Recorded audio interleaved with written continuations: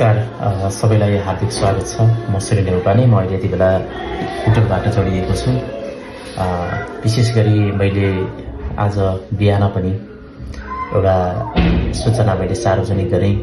विशेष गरी देश यति बेला चुनावमा अडिएको छ। प्राय धेरै युवा साथीहरू हाम्रो देशको राजनीतिक दल र राजनीतिक दलमा आबद्ध नेताहरूबाट असन्तुष्ट हुनुहुन्छ, जसबाट चाहिँ अलिकति सामाजिक सञ्जालमा विभिन्न किसिमका नकारात्मक टीका टिप्पणी गर्दै आएको चाहिँ मैले देखेको छु, मैले महसुस गरेको छु। कसैलाई गाली गरेर मात्र यो समाजको परिवर्तन हुँदैन। अरूका गल्ती मात्र औलाइदिएर अथवा गाली मात्र गरेर, गाली पनि अझ उहाँहरूको परिवारलाई समेत छोएर, होइन, जसले चाहिँ कुनै गल्ती गर्नु भएको छैन उहाँहरूलाई समेत छोएर गाली गर्ने, नकारात्मक टीका टिप्पणी चाहिँ राख्ने, त्यस्तो चाहिँ मैले पाएको छु, देखेको छु। त्यसो नगर्नको लागि म अनुरोध गर्न चाहन्छु। मसँग जोडिएर, मसँग आबद्ध भएर जति पनि साथीहरू विभिन्न जिल्लाबाट चाहिँ जोडिएका साथीहरू हुनुहुन्छ, त्यस्तो चाहिँ त्यतातिर हामी लाग्ने होइन।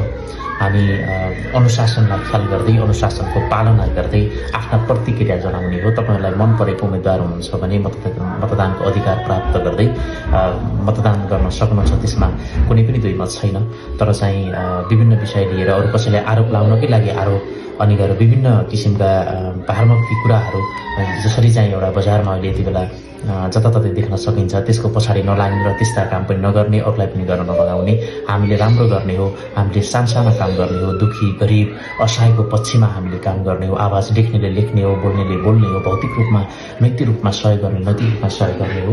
तसर्थ यसमा पनि गर्दा कसैलाई पनि नकारात्मक टीका टिप्पणी गर्ने त्यतातिर लाग्ने होइन। जति पनि मसँग जोडिनु भएका सबै साथीभाइ हुनुहुन्छ, म उहाँहरूलाई सबै किसिमले आफ्ना चाहिँ धारणाहरू राख्ने, लेख्ने, बोल्ने गर्नको लागि म अनुरोध गर्न चाहन्छु। कसैलाई गाली गरेर, कसैलाई तल्लो दर्जामा झरेर गाली गरेर मात्र हामी परिवर्तन भएन र हामीले पनि अरूलाई परिवर्तन गराउन सकिँदैन।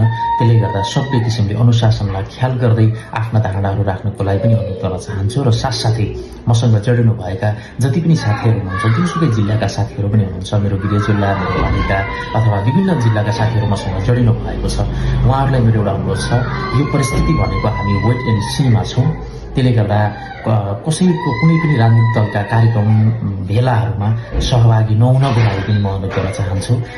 मन परेको उम्मेदवारलाई आफूले चाहिँ भोट दिनुहोस्, त्यो अधिकारको कुरा हो।